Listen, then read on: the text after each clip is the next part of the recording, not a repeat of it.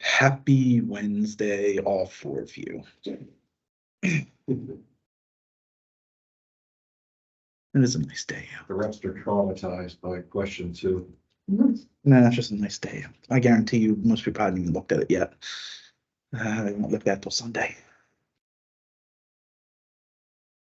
That was me.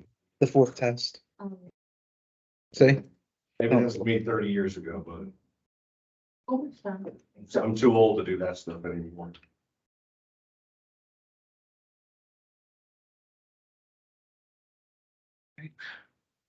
We finished up with trig. We're going to look at analytic trig. This is typically what people think of when they think of trigonometry, is this analytic trig stuff.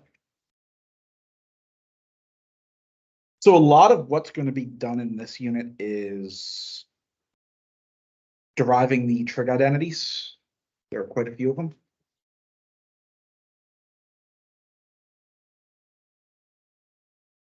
So we kind of need a foundation on verifying identities first, right? Because that's what we're going to be doing.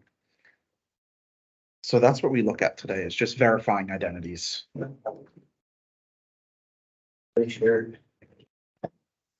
That's good.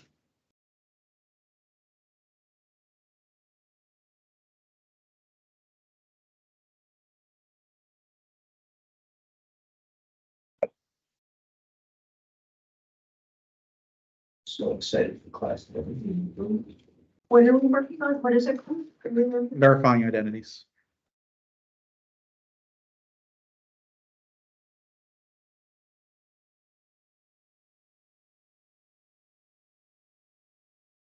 This is where it gets fun. There is no one way to do these. The goal is obviously to show the identity, so show that the two sides are equal. That means you can either start on the left-hand side and work until you get to the right-hand side. You can start on the right-hand side, work until you get the left-hand side, or you can just reduce both sides down and show that they both reduce down to the same thing.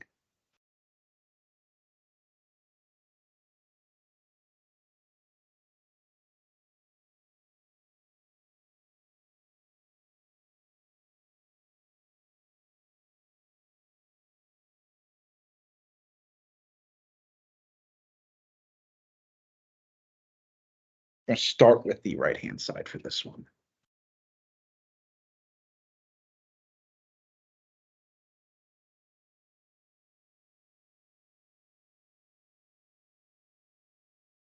But we have an identity for both secant squared and cosecant squared. Problem is those Pythagorean identities aren't going to help.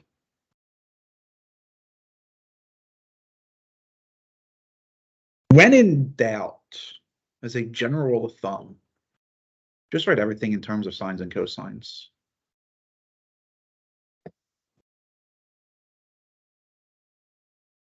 Right, so if you don't see how to proceed, usually if you write everything in sines and cosines, it becomes pretty apparent.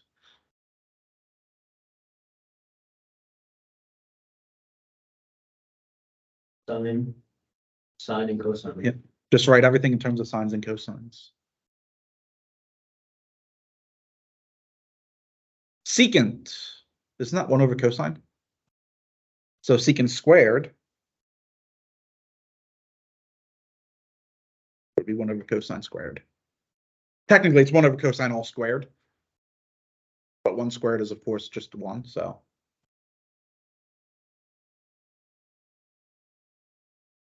Cosecant, it's 1 over sine.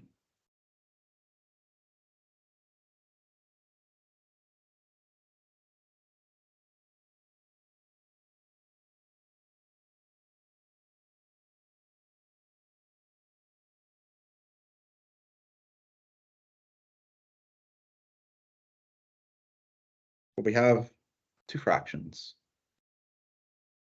that we're trying to add. How do you add fractions?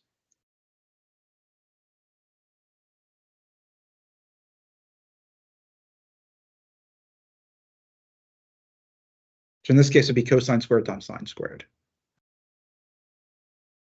Then what does the numerator become?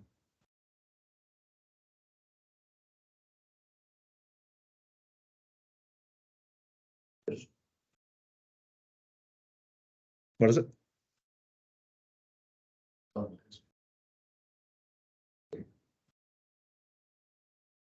Then it just become one. Why?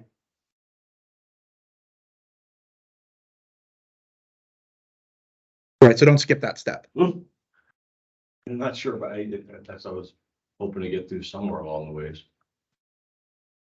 I read that somewhere. Numerator is sine squared plus cosine squared. But that is 1. Oh, yeah, because it's a squared plus b squared on the unit circle. That is how you would verify it, yes. Put it very sloppily, you know, I love that Pythagoras. Yeah.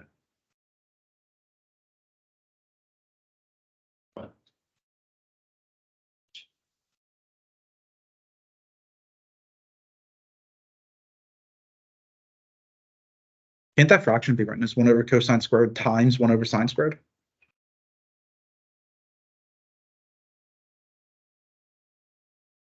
But what's 1 over cosine squared?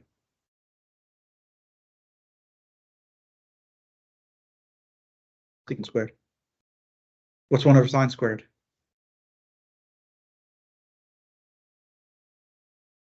Cosecant squared.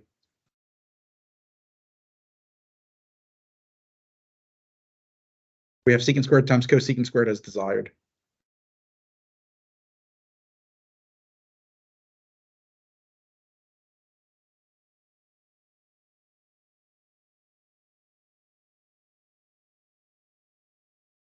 If you wanted to go the other direction, you could just follow this work in reverse.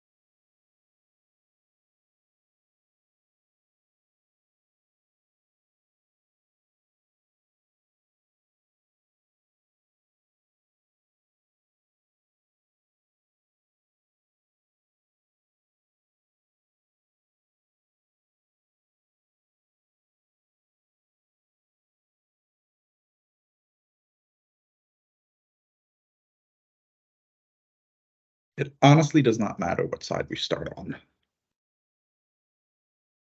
They're both fairly straightforward.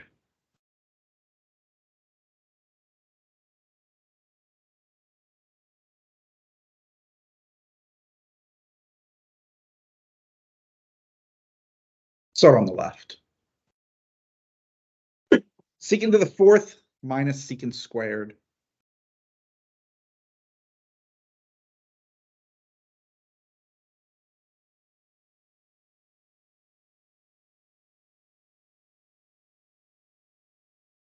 I see a secant squared common.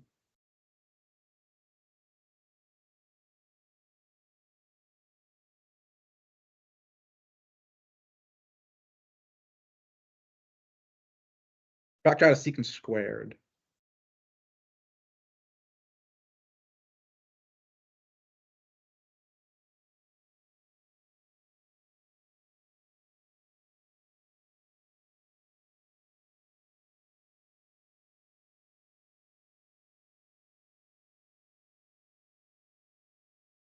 Squares. Because that's gonna be a revenue. I mean, you could do that, but And it doesn't look like it's not going to help you. Yeah.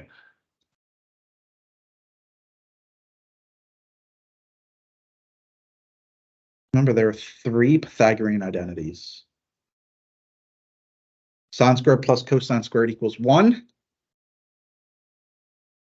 Then you have one that relates tangent squared and secant squared, and one that relates cosecant squared and cotangent squared.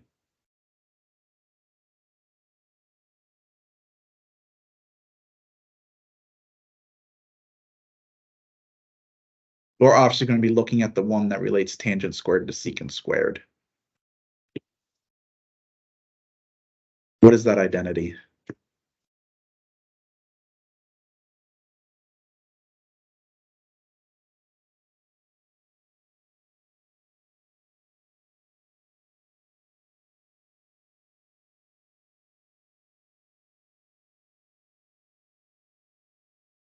And it can easily be derived from sine squared plus cosine squared equals 1.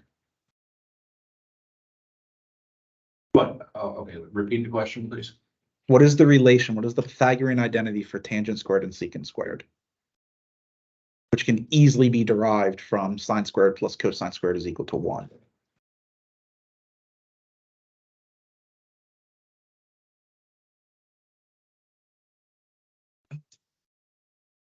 No cheating by looking it up.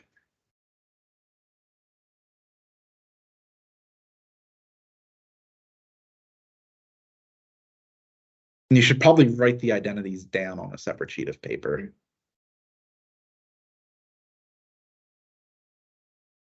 Right now, we just have what, the 3 Pythagorean identities, the secants, cosecants, cotangent, and tangent in terms of sine and cosine. Then we have the cofunction relations that I mentioned.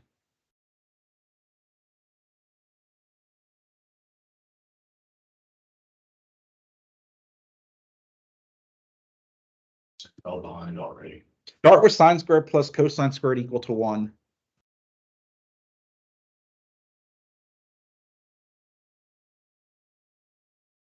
Divide everything by cosine squared.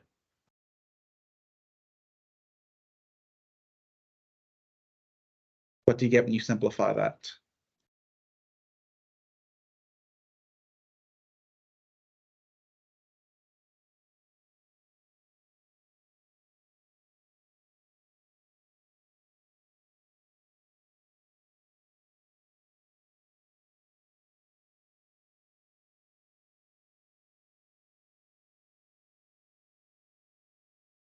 Oh, 1 over cosine is secant.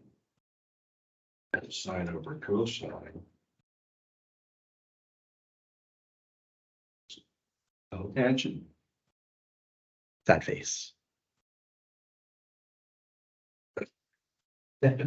Sad face. Like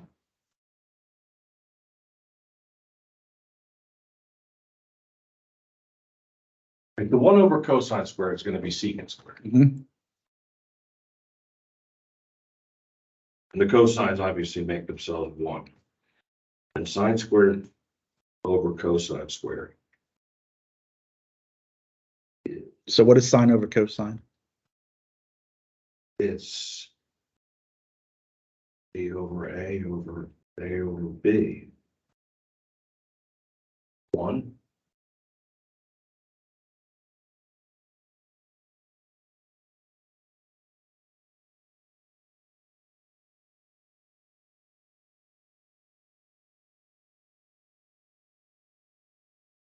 Oh dear.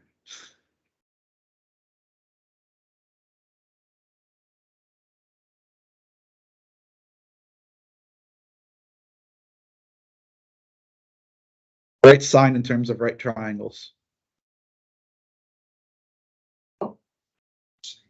Maybe sine. That's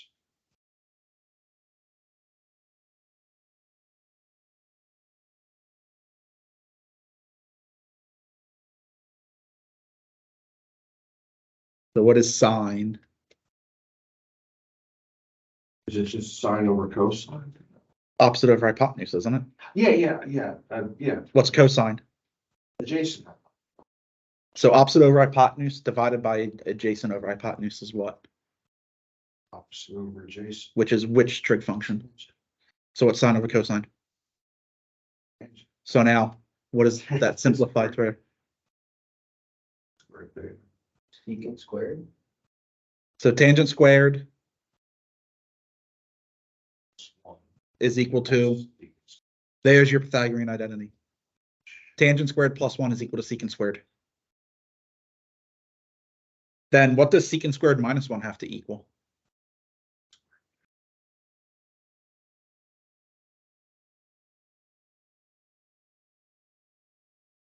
It's all because sine squared cosine, sine squared plus, sine squared theta plus cosine squared theta, Is equal to 1. 1.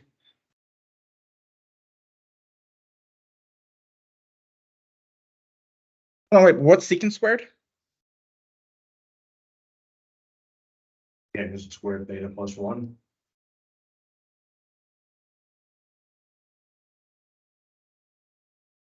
So tan squared theta plus 1 all times tangent squared, right? Now distribute that tangent squared through.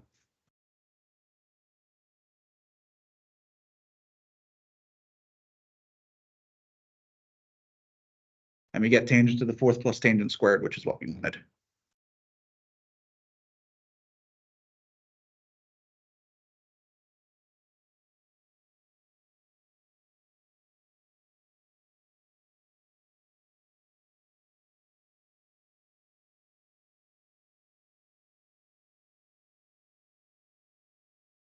Please don't lose all of that just yet. There, I.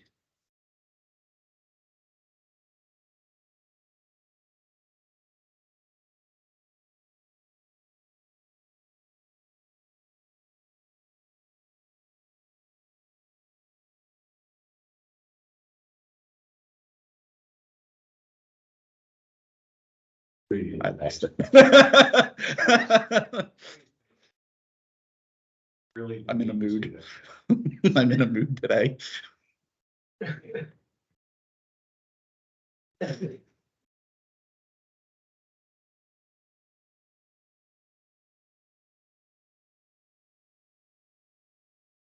Nice out. I got my daughter's surgery date, so I'm in a mood.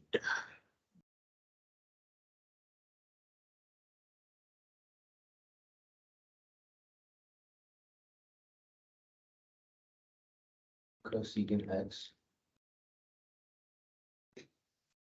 Is equal to sine over 1 plus cosine plus 1 plus cosine over sine.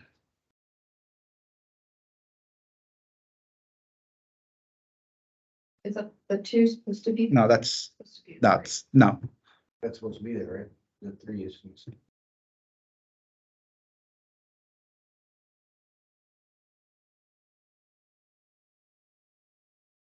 That too is actually part of the problem.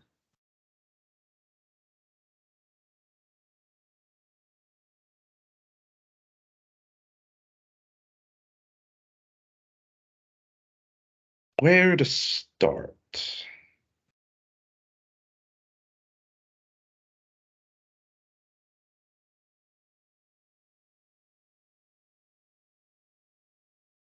That where you want to start?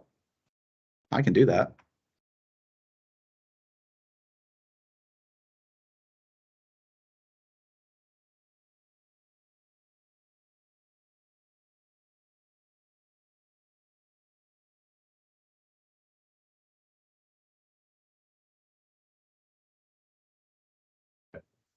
Dominators, all right.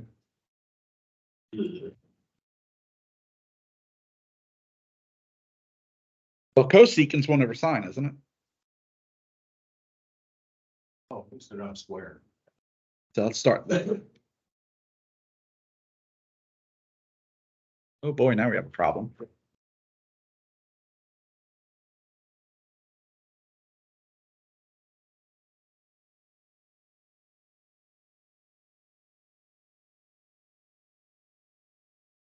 So in mathematics,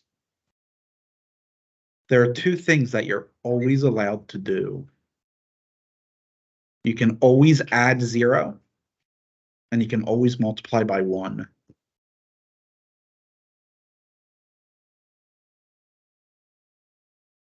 Zero multiplied by 1.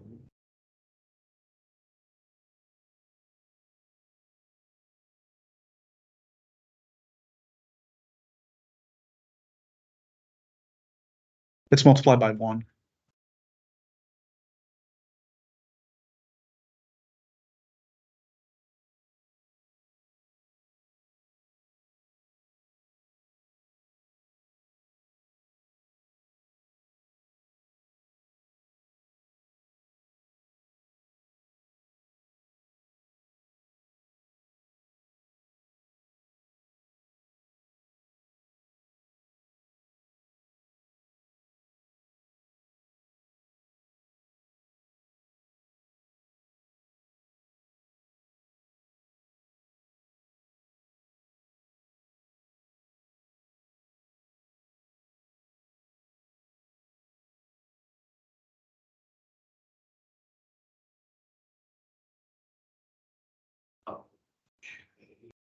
See it? 1 plus cosine over 1 plus cosine is 1. One in disguise.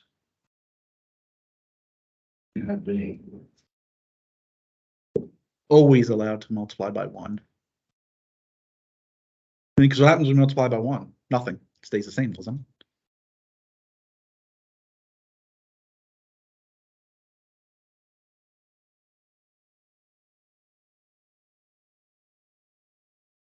Where did the cosine come from? Because of sine x. I just chose it. No, It could be just on tangent over tangent. we like to stay with cosine and sine, right? That's why you chose cosine. Isn't there 1 plus cosine down there? So I'm going to want a 1 plus cosine. Or we could have plugged anything in there. Yep. But that's not going to help you.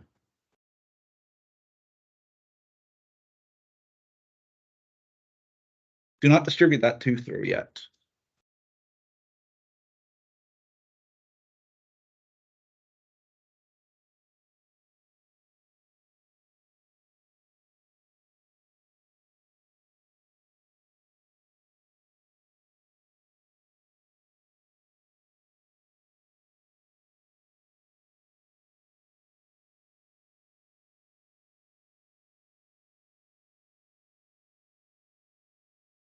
Actually, do I want to distribute that 2 through?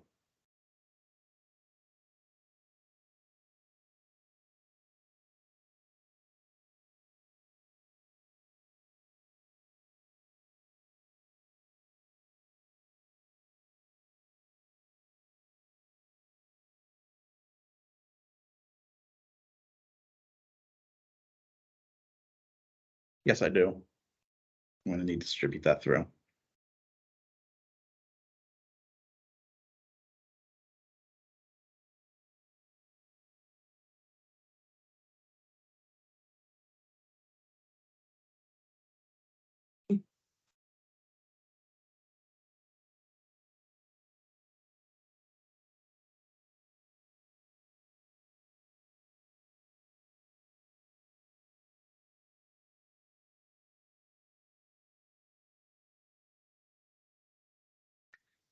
Here's another trick in mathematics. Isn't 2 1 plus 1?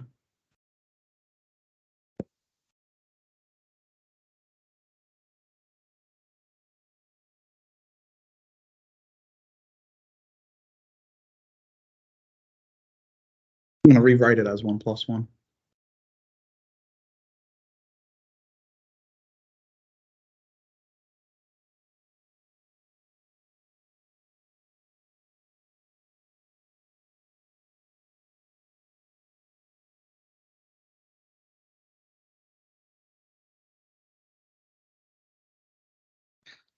I'm going to rewrite that first one.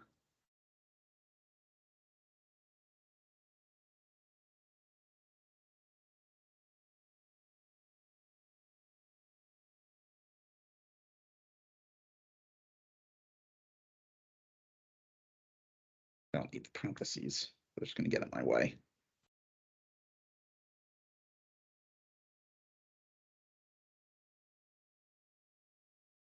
Sine squared plus cosine squared is 1, so I'm going to replace that first one with a sine squared plus cosine squared.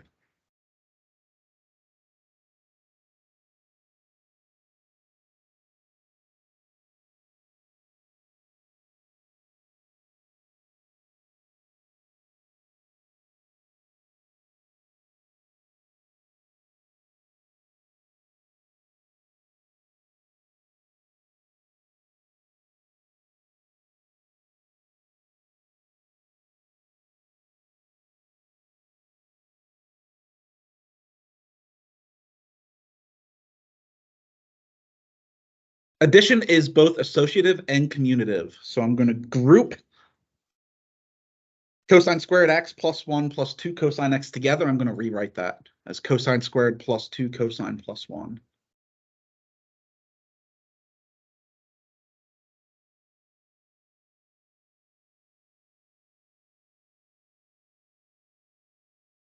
It is. That is of the form a squared plus 2ab plus b squared.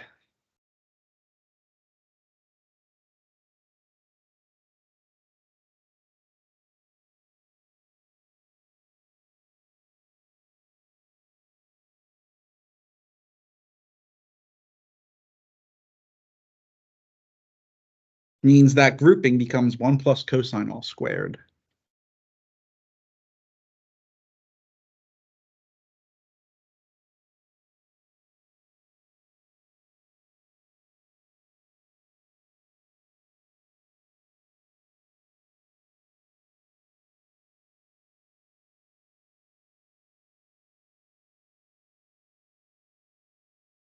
Which can be broken down into two separate fractions. Sine squared over the denominator plus 1 plus cosine all squared over the denominator.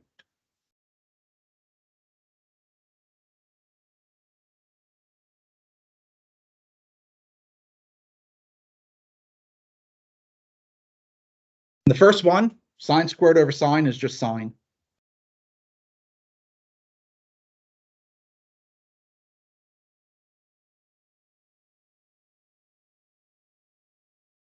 Second one, 1 plus cosine squared over 1 plus cosine is just 1 plus cosine.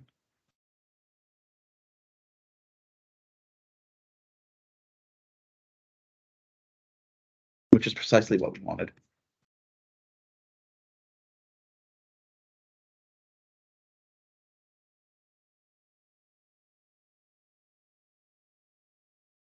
You chose the wrong direction. The other direction is way more obvious. Again, just follow the work in reverse. And you see how much more obvious it is.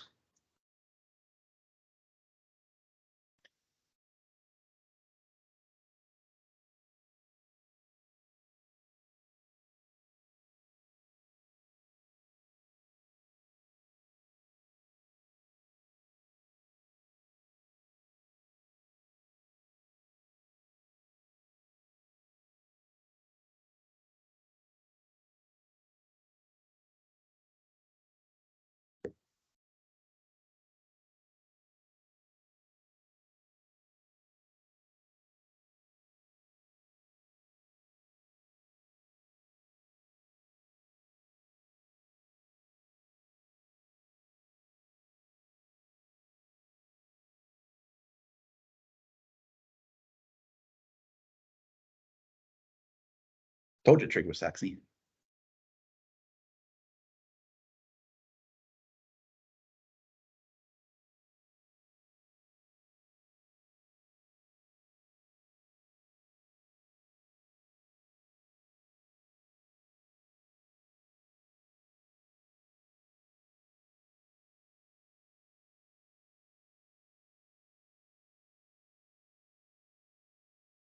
Did we just,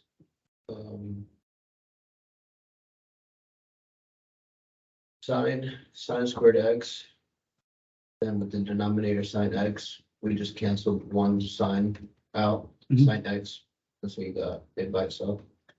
And the same thing for 1 plus cosine x.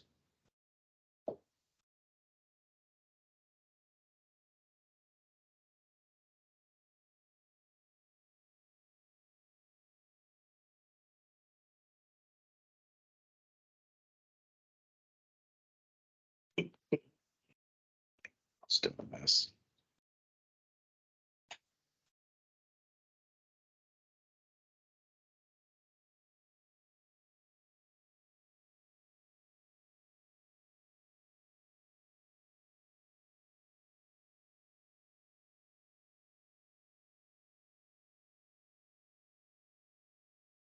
One minus sine all over cosine equal to cosine all over 1 plus sine.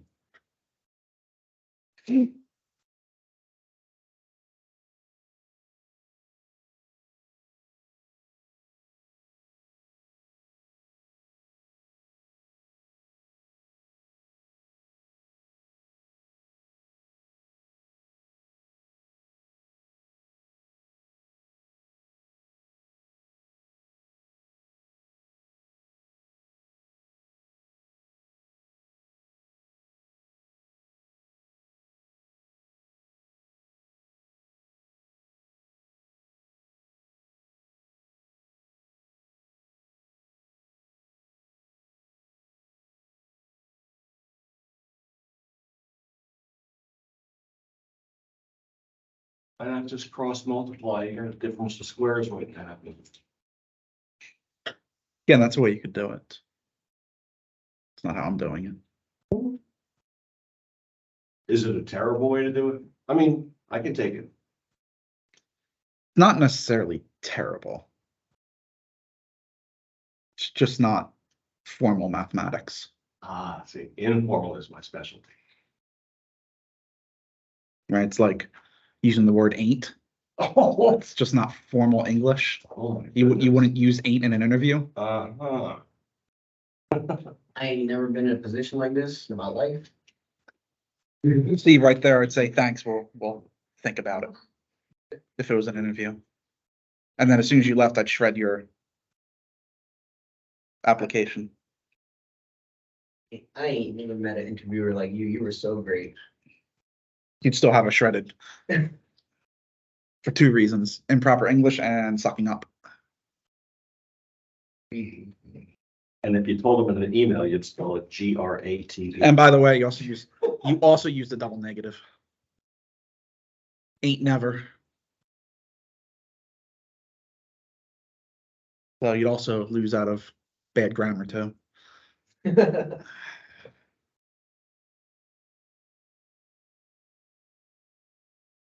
Can do it.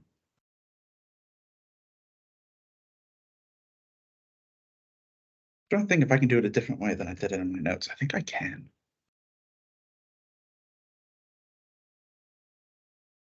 I think I can. Okay, so you have to multiply by something, right? Some version of one.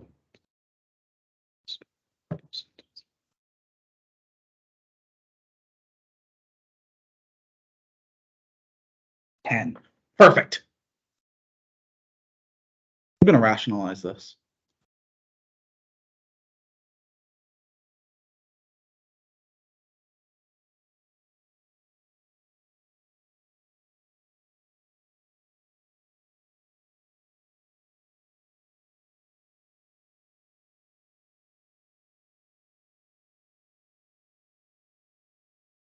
Multiplying by 1. Multiply the numerator and denominator by 1 plus sign. Numerator is difference of squares, so it's 1 minus sign squared. Because 1 plus sign is technically just 1, right? No, it's 1 plus sign over 1 plus sign is 1. Okay, Right. So this is what I did. that makes sense.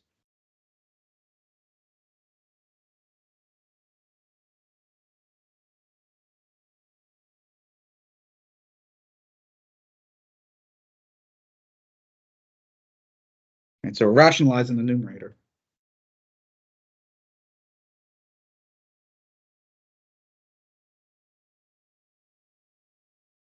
And that's where this comes from.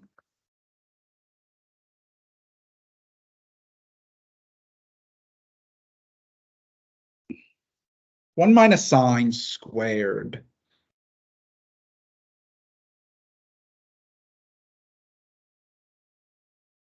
Isn't that cosine squared? Cosine squared.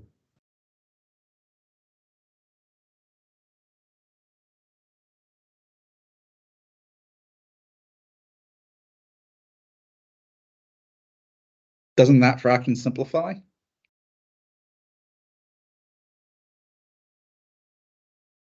To cosine over 1 plus sine?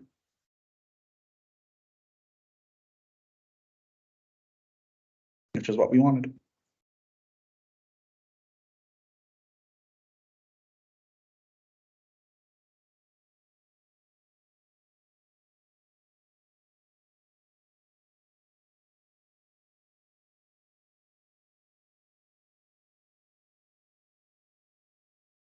Okay, but let me just ask you something, right?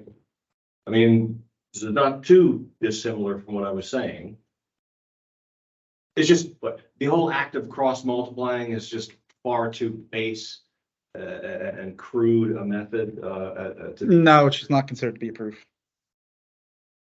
Because when you cross multiply, you're gonna wind up cross multiplying with the two sides being identical. Well, right, because you're gonna get 1 minus sine x equals, 1 Right. minus sine x squared equals cosine. squared x, Right. and then you can make your identity again. Here's the problem with that. Yeah. You're assuming that equality is true by cross multiplying. Okay, that makes, yeah, I see what you're saying. We're supposed to be proving that it's Yes. equal rather than accepting it. Okay. Oh, yeah, okay. But they do that, where if you assume it's true and you wind up with another true statement, then it must be true. Or if you assume it's true and you wind up with a contradictory statement, then it must be false. Actually, that is a valid proof of, which is called contradiction. Proof by contradiction. But very rarely will you see, like in a problem like this, in a formal math setting, cross multiplication, because that is assuming it's already true when that's what you want to prove.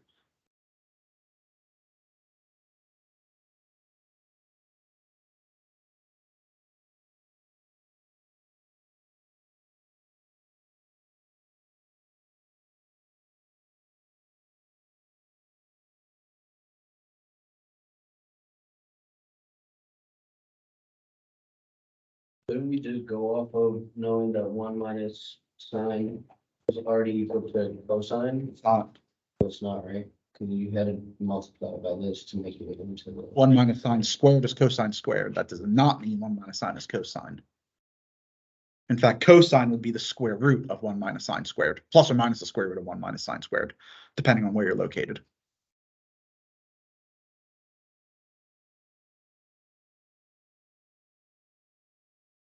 When in doubt,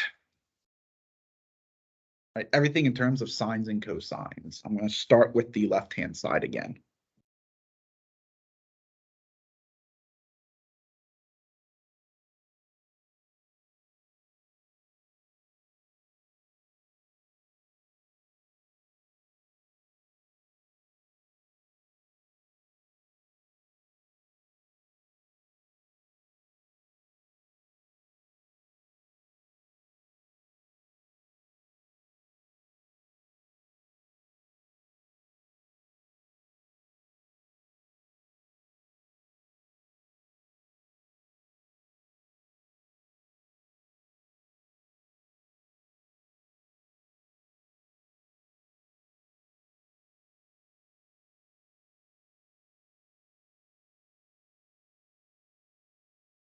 Two ways to go from here.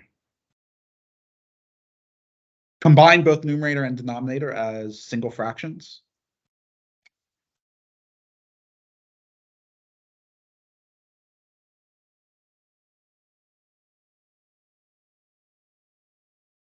Or multiply by 1.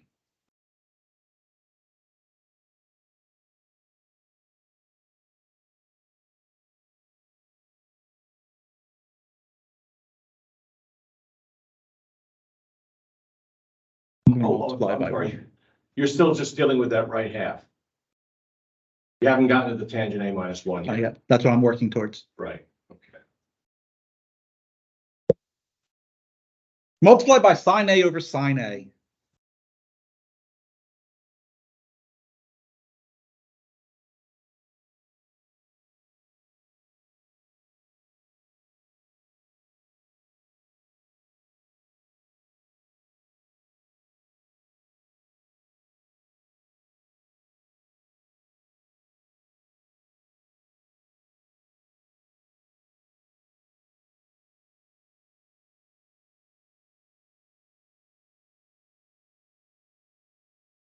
What's sine over cosine?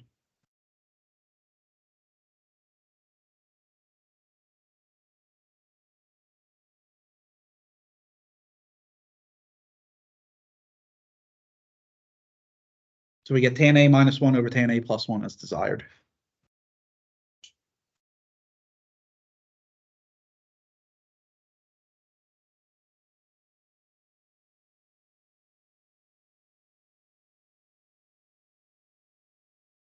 Number 5 questions in. Inevitably happens where someone asks, well, how do you know to do that? And they never like my answer. I've been doing math for 20 years. That's how I know to do what I'm doing. Just have a feel for it, but you're at least trying to kill one of those fractions, maybe like, You got a denominator of the sine. Right. And I mean, what would have happened if you'd done it with cosine? You would have gotten one minus cotangent, cotangent. which is not what we want. But it would be a hint because you're looking for tangent. So you just, Right, this one was obvious because of what you're looking for. I know, it won't be like that. Some of them aren't that obvious, and it's just like, well, how do you know even where to start? Well, again, I've been doing this for 20 years. Longer than 20 years.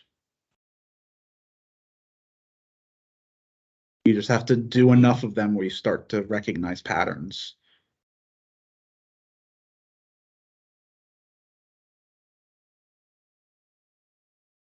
This is why a lot of students hate trig when they first look at it. But once you do it enough and it becomes obvious what to do, it's the best thing in the world. I could sit there and do trig for 8 hours a day. Ever heard of a little thing called quantum mechanics? Yeah, I was just thinking, you most of the solutions are trigonometric.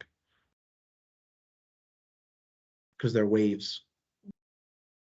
Sine and cosine are waves. guide ship along the. A lot of it's sinusoid. So anywhere there's a sinusoidal wave, you're doing trig. Ever been hooked up in a hospital, the heart monitor? That's a sinusoidal wave. Your heartbeat is a sinusoidal wave. Oh, look at that. You need trig even just to live.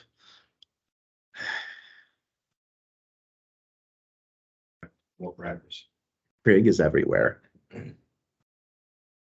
Trig. First, an interesting fact about trig.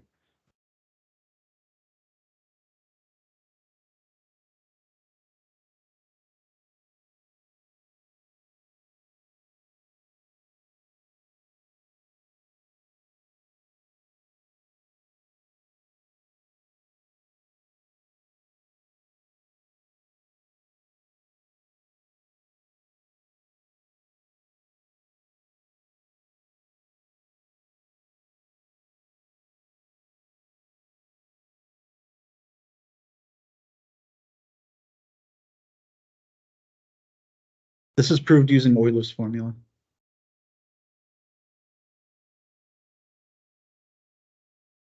Euler's. Spoilers. Euler.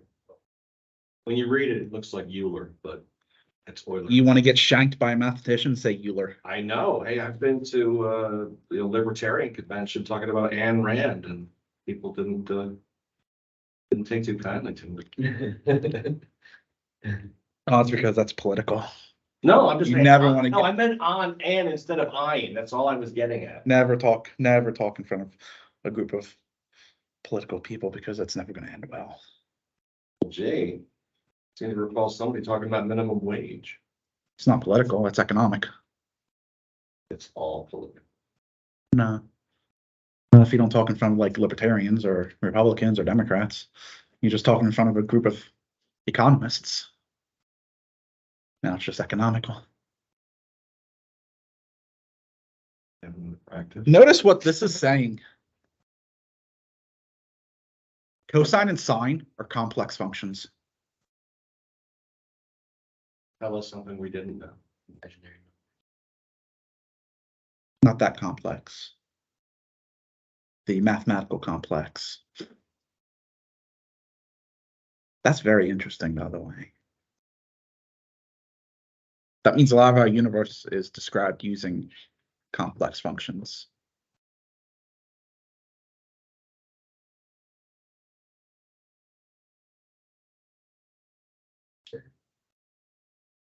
A lot of the results from quantum mechanics are complex. Not real.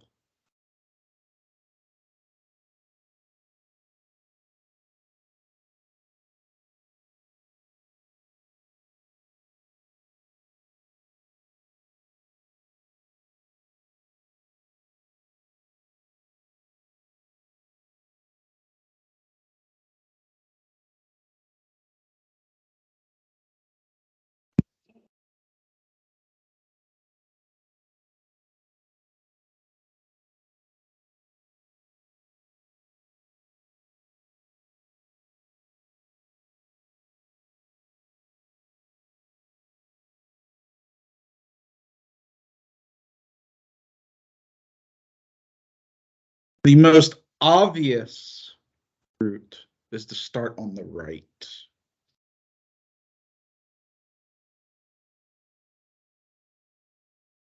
I say that, but it's not as obvious. It's still not really obvious.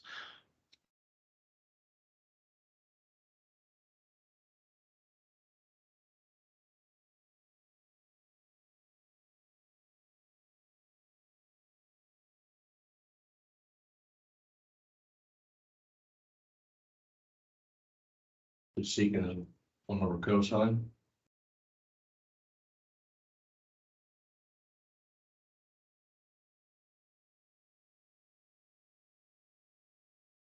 Or multiplying by. Yeah. Gonna multiply by 1 minus cosine over 1 minus cosine.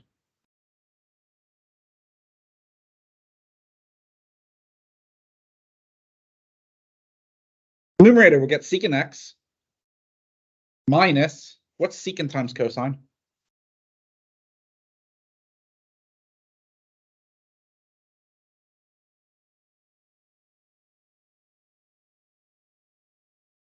And the denominator becomes 1 minus cosine squared, right? It's a difference of squares.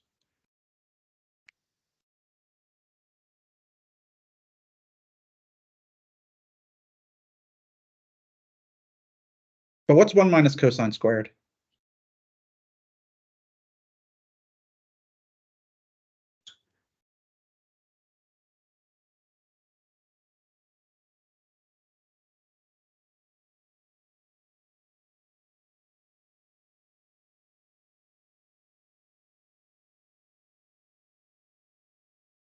Then multiply by 1 again. Multiply by sine over sine. We now have the sine cubed in the denominator. That's good.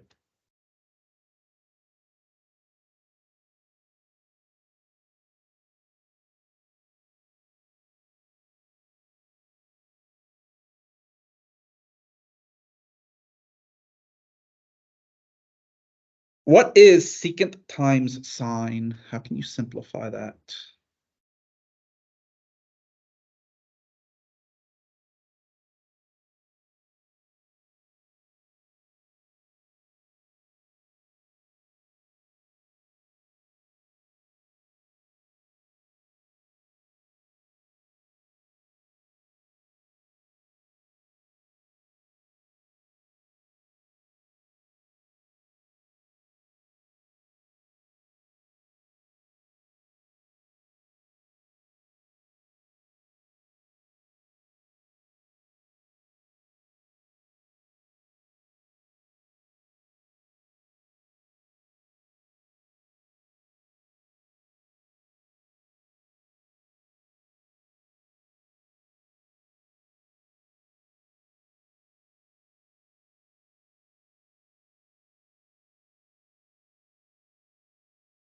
Oh, geez.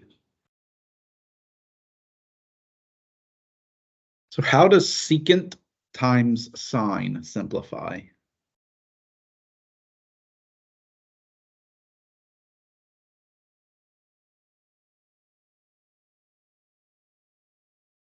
I'm sorry, repeat that again, I'm sorry.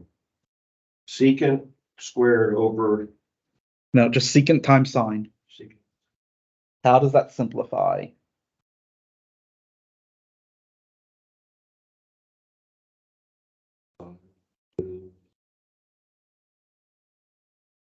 Tangent.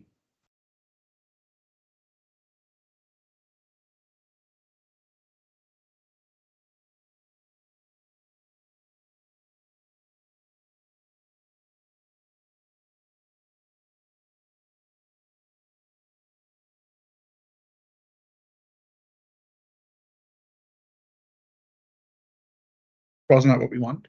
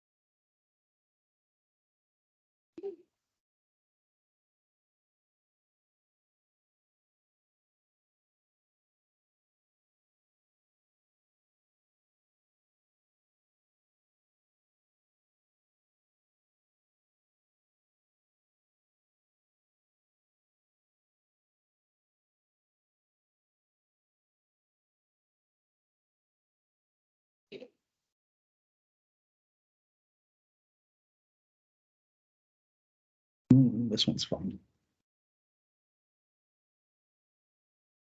Cosine times cotangent minus sine times tangent all over cosecant minus secant. I'm going to show that that is equal to 1 plus sine times cosine.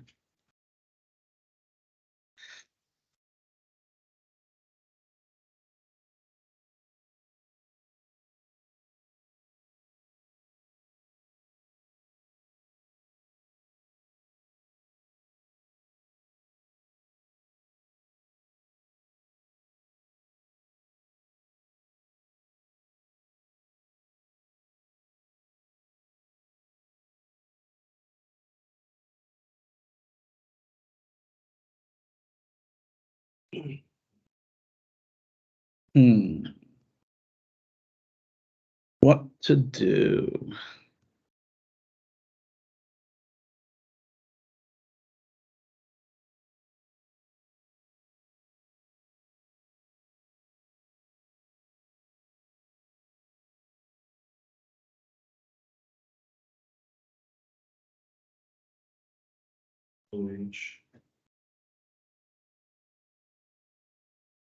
What to do?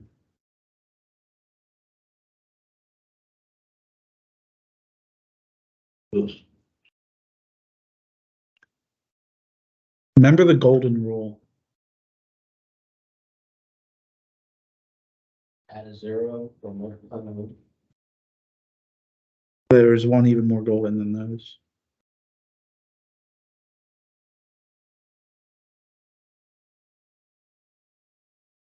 When in doubt. Right, everything is sines or cosines. That was a rule of thumb. It's also a golden rule.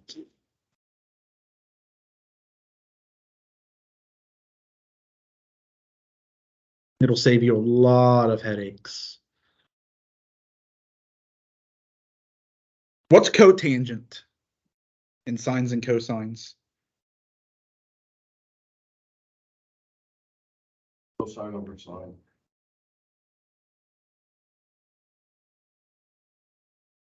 So that first term's cosine squared over sine. What's tangent?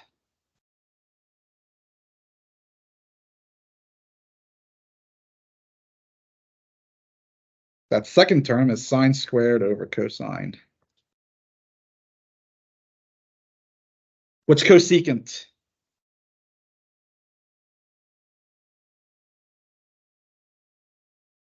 What is secant?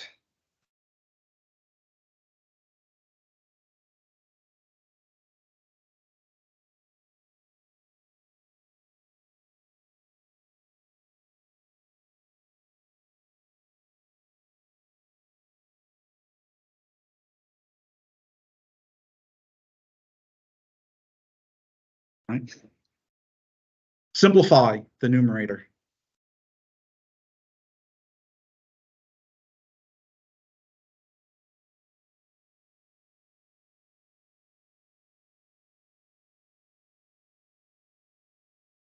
Numerator would become sine cubed minus, I'm sorry, cosine cubed minus sine cubed all over sine times cosine.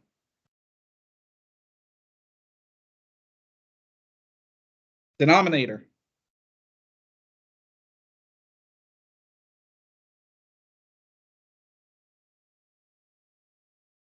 Cosine minus sine all over sine times cosine.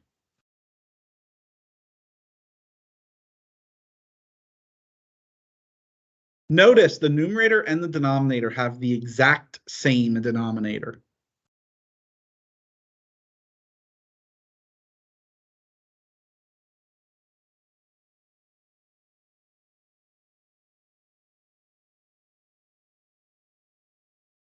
We're going to cancel.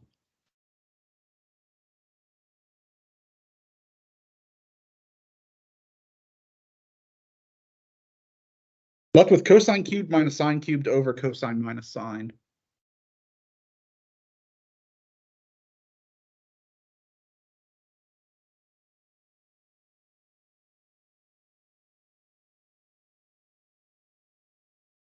Where to go from here?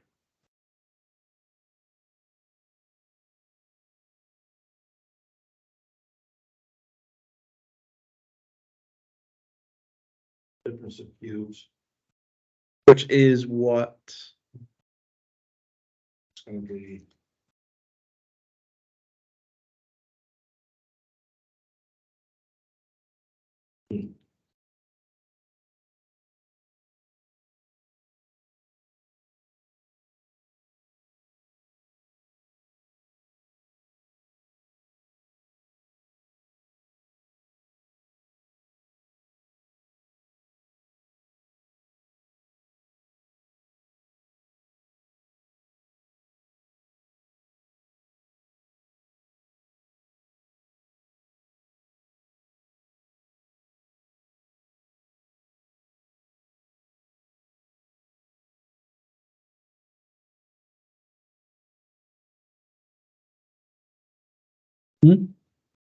I know it has to even do something with the, no, not with Pascal's triangle, but it's a difference of cubes. I don't remember the expansion.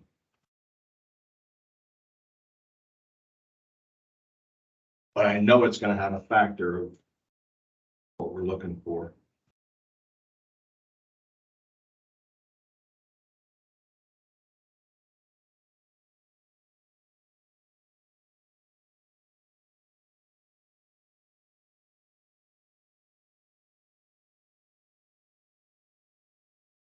Yep.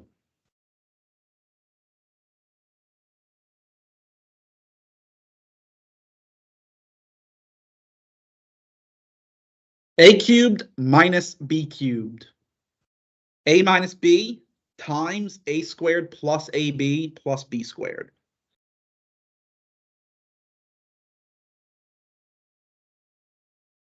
A lot? Sitting there like smiling this whole time. That's a lot. It's not funny. That's sexy.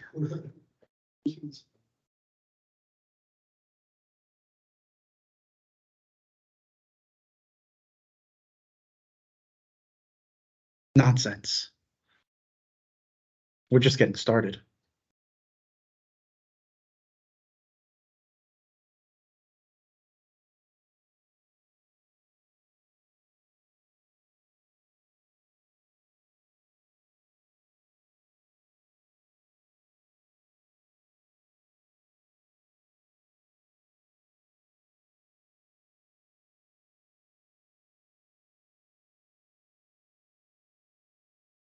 Cosine minus sine over cosine minus sine is 1. Remember, addition is commutative and associative, so group cosine squared plus sine squared together.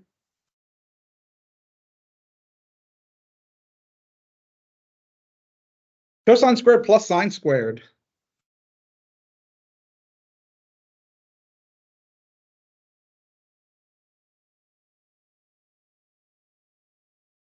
Multiplication is also commutative. So I'm going to write cosine times sine as sine times cosine instead. We get 1 plus sine A times cosine A, which is exactly what we wanted.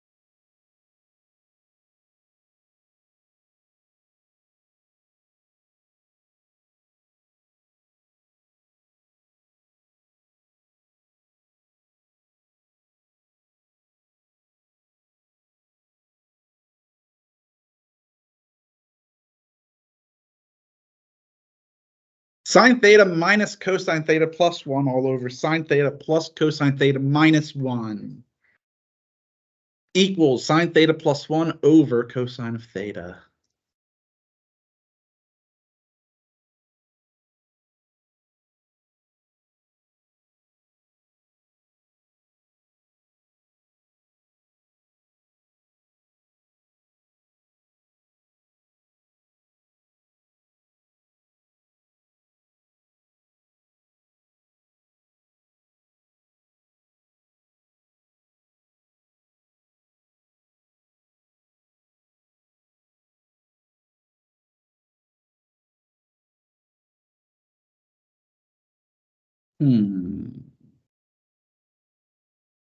What should we do? That is the question. Using sine, cosine, tangent. I don't see a sine over cosine though.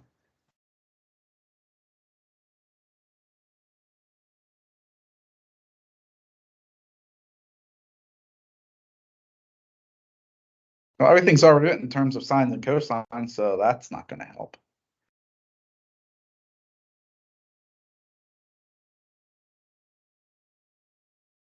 By both sides by sine of -1. No, by both by sine +1. Well, sine plus 1 is what we have. I know, I just keep thinking in terms of trying to make a difference of squares, like that'll help me somehow.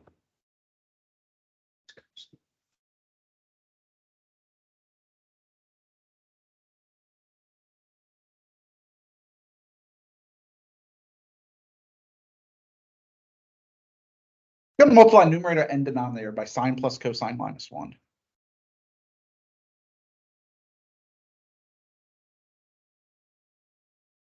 How did we do that?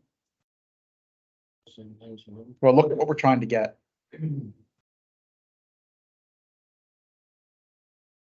What's in the denominator? So since I want that denominator, why not just put it in the denominator and see what happens?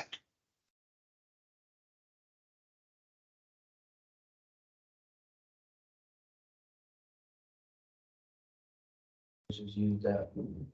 Yes. Other than that, we're not working with those as a reference. Because you know that's what you want, so why not? Distribute the numerator. Sine squared plus sine times cosine minus sine plus sine plus cosine minus 1.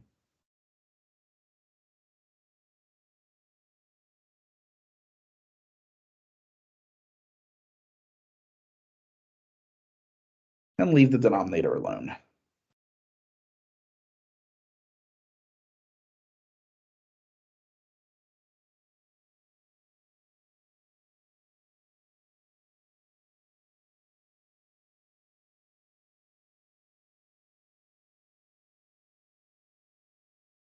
So notice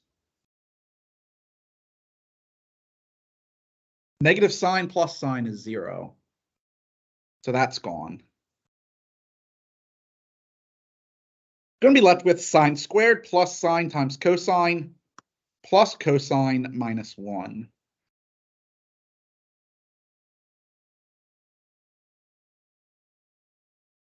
I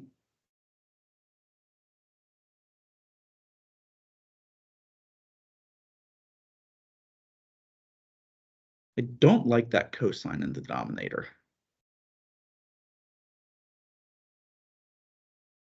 Which means I'm going to want to somehow cancel it out.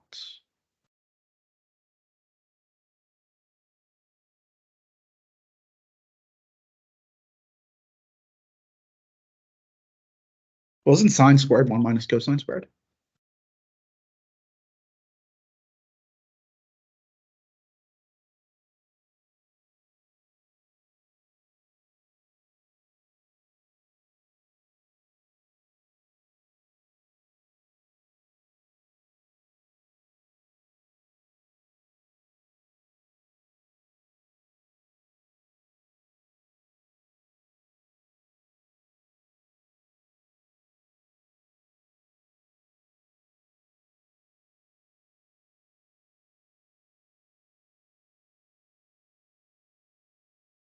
One minus 1 is 0.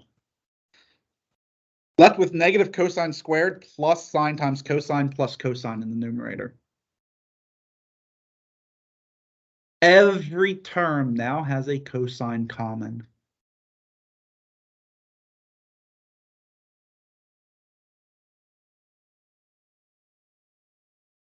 Factor it out.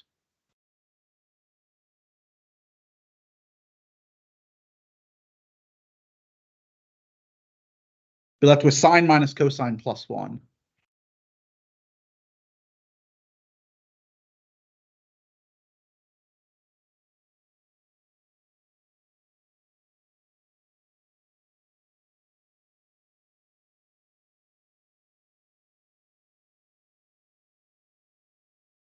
Oh, look, the cosines drop out. Just like we wanted.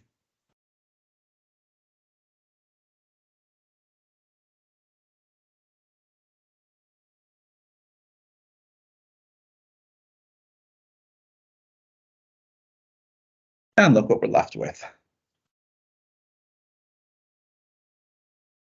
Precisely what we wanted.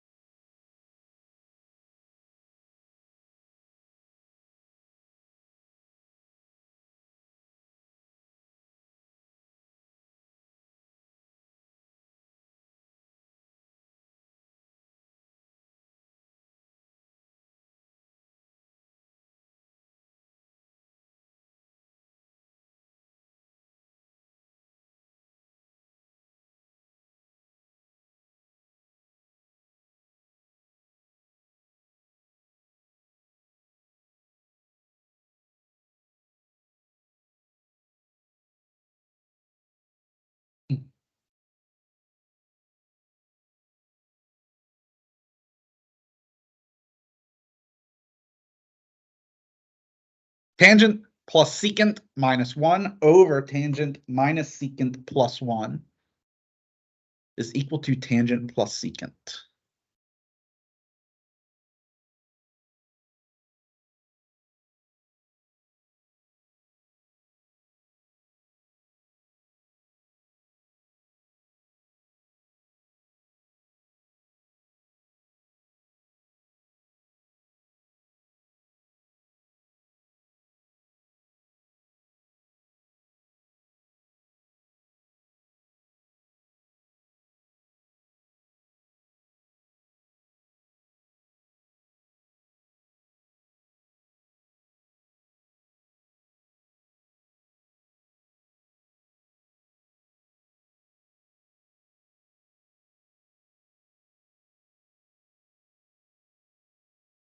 Yeah, let's start with the right-hand side.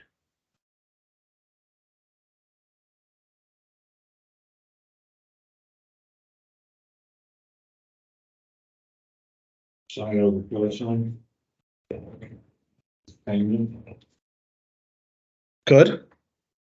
You'd be like with sine plus 1 all over cosine. How does that help?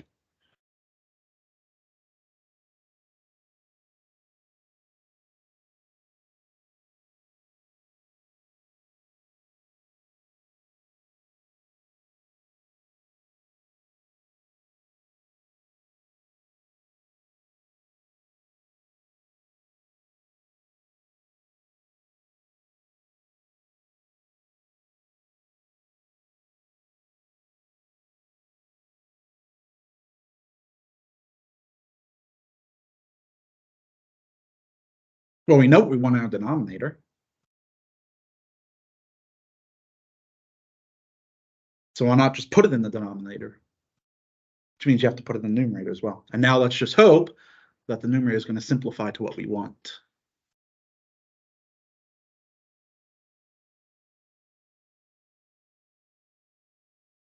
Distribute.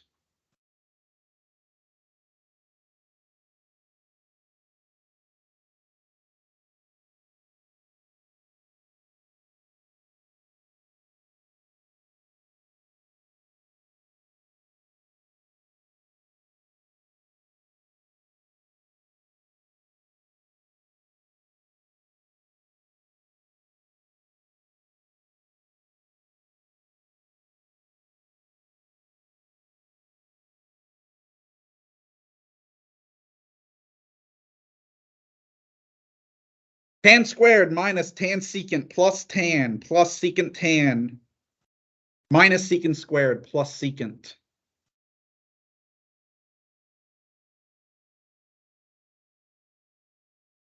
Negative tan secant plus secant tangent is 0.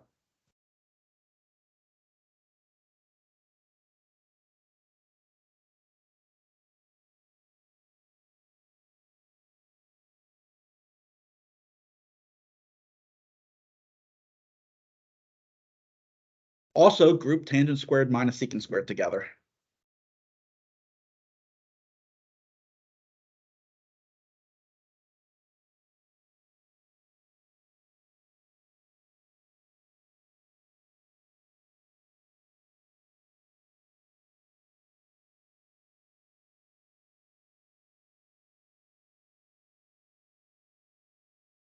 Oops.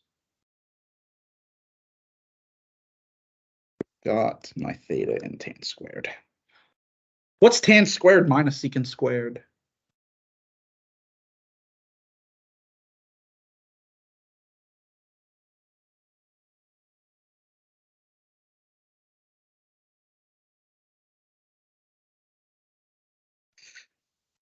Tangent, what was it? Tangent minus secant?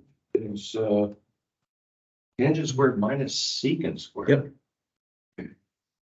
That'd be -1? Yep. Rewrite it, right? Because it's commutative.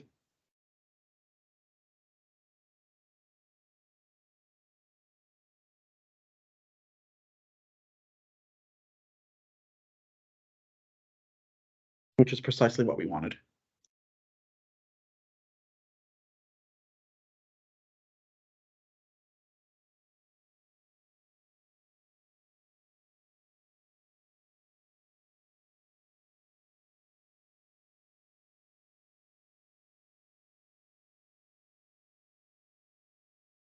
That's a bummer. The other Pythagorean identity wasn't used.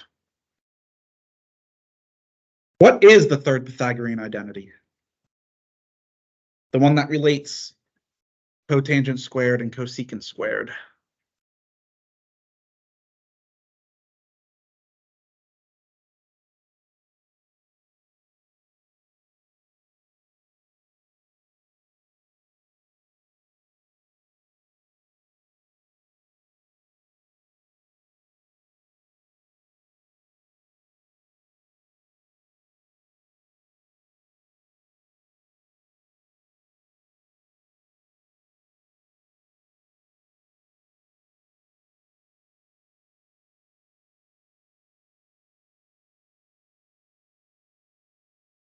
Would it just be cotangent plus 1 equals cosecant, or cotangent squared plus 1 equals cosecant squared? So it's just like tangent to secant, but. It's not typically written that way, but because it's commutative, it doesn't matter. 1 plus cotangent squared is equal to cosecant squared. And again, start with sine squared plus cosine squared equals to 1 and divide everything by cosine squared. I'm sorry, divide everything by sine squared. That gives you the 1 plus cotangent squared is cosecant squared.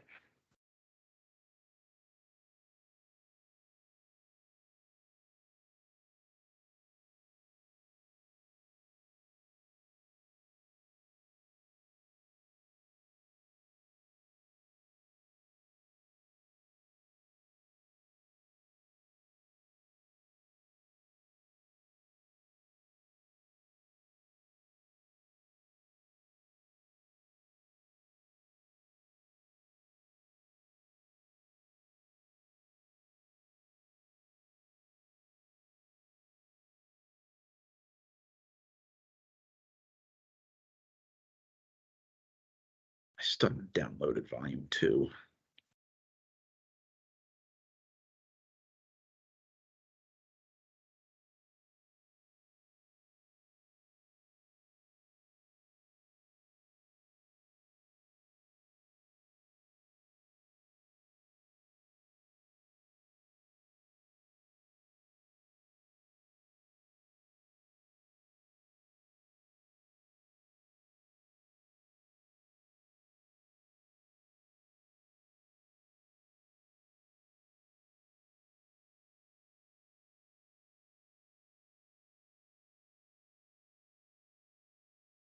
actually want to go down. Oh no, I can't do that. Yeah, I've got to do this.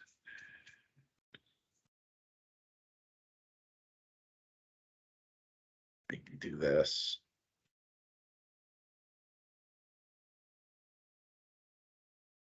Yes. Down. Let's see. Oh, now you want to scroll me all the way back up. Let's see. Do we have any interesting ones?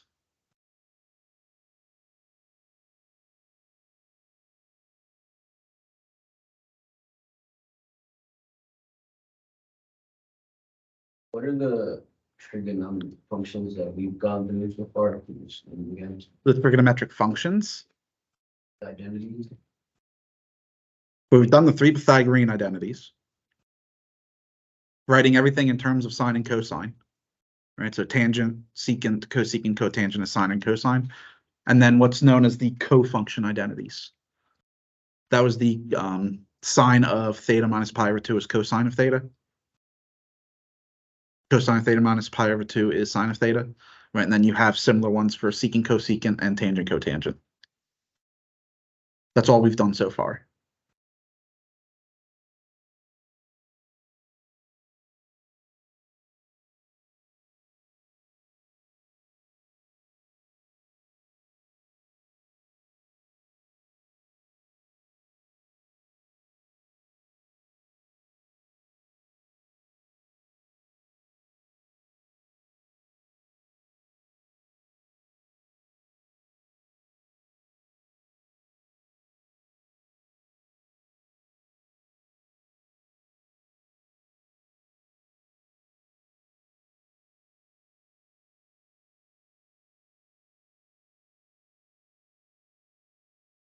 I lied, there are two others we did.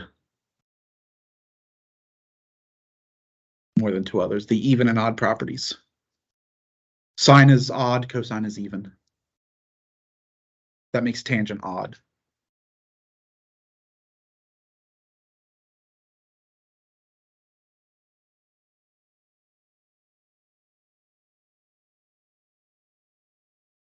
Want to prove or disprove? So unlike what we've been doing where I said verify the identity so you know it's true, here we don't know if it's true. We want to determine if it is or not.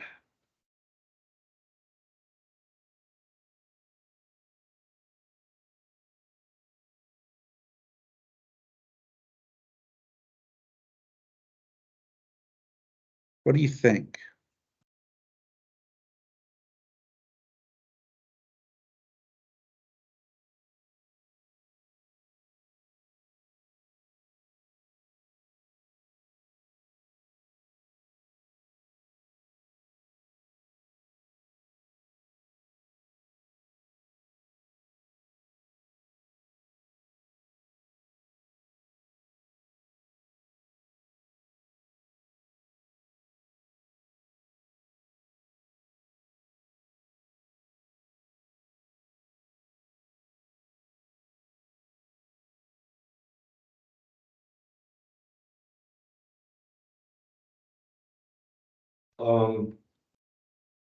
Would you rewrite cosecant squared as 1 over sine squared? And then you could rewrite cotangent as cosine squared over sine squared. And you have Can't you write 1 plus sine squared equals cosine squared, which isn't right. Shit. cotangent squared as cosecant squared minus 1?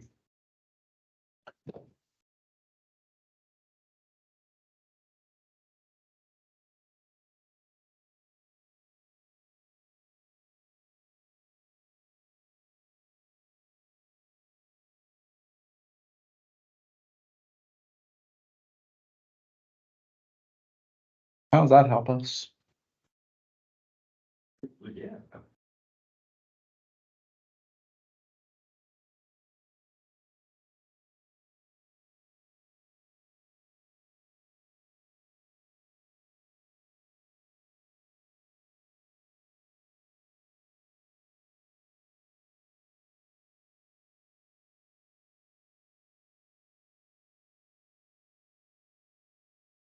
can distribute a secant out of that? A secant? I mean, a cosecant. Can we take out a cosecant? What would you be left with if you did? Take out the cosecant. So it'd be cosecant times cosecant x minus 1. No? So you had to have to But factor you out of the did, one. the minus 1, right?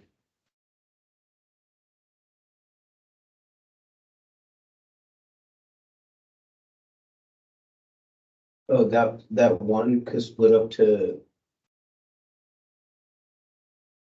cosine plus sine.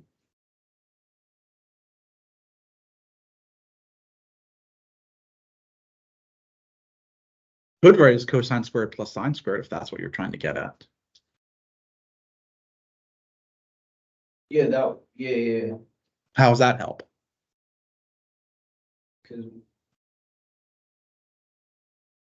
then we'll be able to multiply the cosine and sine. Oh no, I don't know. Is that on the right track? I like what you did here. Remember what the instructions were. Prove or disprove. The first thing you have to decide is, do you think this is even an identity? Because that dictates how you proceed.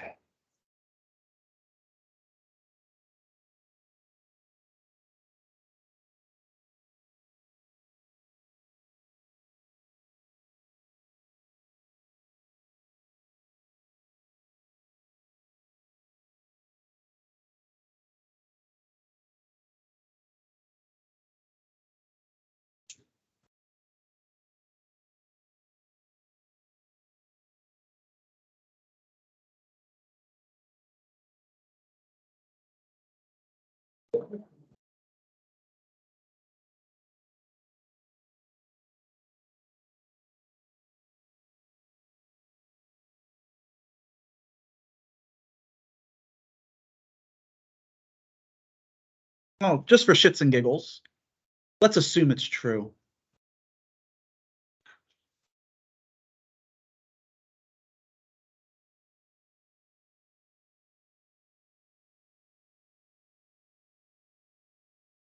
Should equal 1 plus secant, that's equal to cotangent squared, right? Right? But isn't cotangent squared cosecant squared minus 1?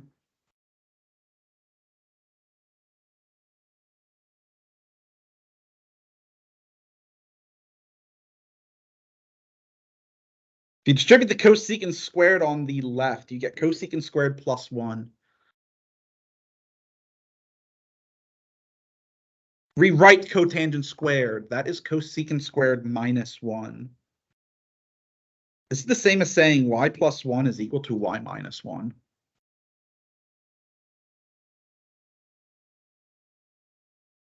What's wrong with that statement?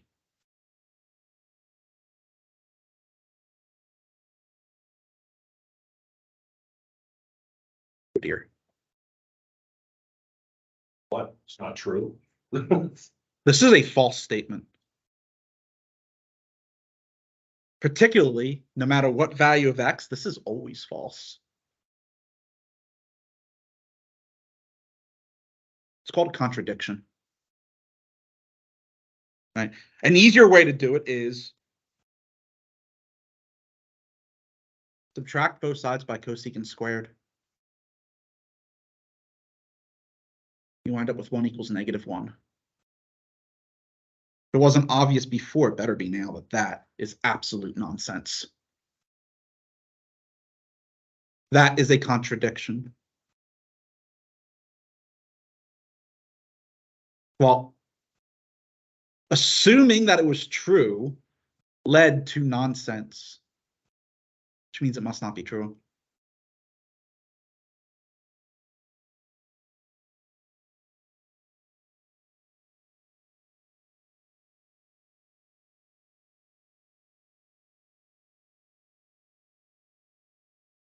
There's your disproof.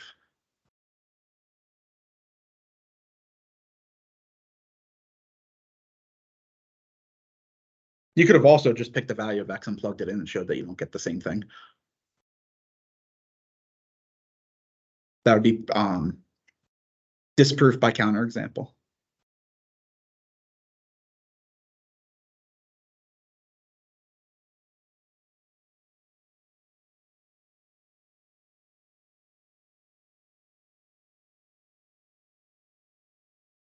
You just proved that it wasn't the same. By making cotangent to cosecant squared x minus one. Mhm. Which is not equal to cosecant squared x plus one. Right. Because that's the same, that's essentially saying that 1 is equal to -1, which is nonsense. See, I didn't know that we could like change both sides to tell. Yeah, you'll have to. Well, remember, I'm assuming that the statement is true to begin with, For the other. We didn't. because we were told to prove that it's true. Here, we're asked to prove or disprove. So if I assume that it's true and reach something that's nonsense, then it must not be true. Right? Because a true statement wouldn't lead to a contradiction.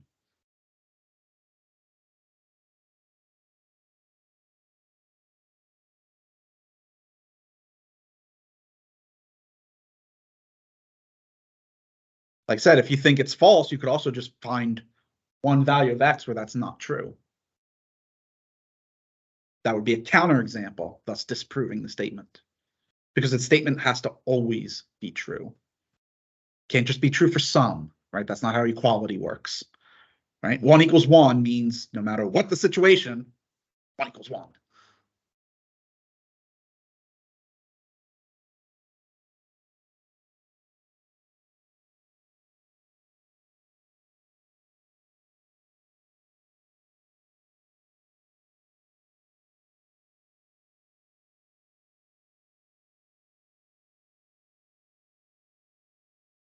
Questions on verifying identities?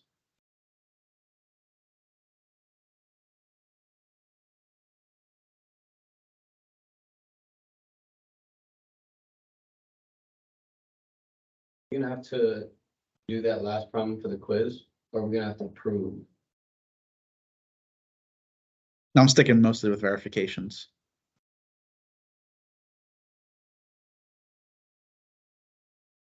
I would highly encourage you to look at the book problems and do them. So we should do our homework. Well, my open math doesn't have any No. problems like this. So there is no homework on my open math for this section. Right? Any problem that'd be like this would require to actually write it out and upload a file, which means I have to sit there and read through everyone's responses, and I don't have time for that. So there's just no my open math assignment for this. But do the book problems. Right? Again, the more you do, the more you're going to pick up on what you should do for each problem. Like I said, I've been doing this for over 20 years. That's how I can just look at a problem and know how to proceed.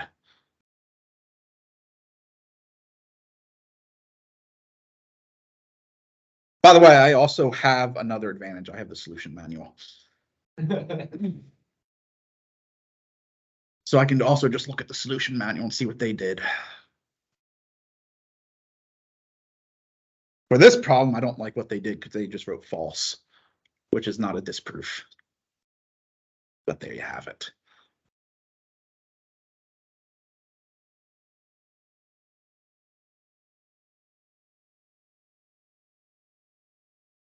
I was gentle. This problem is stupid simple.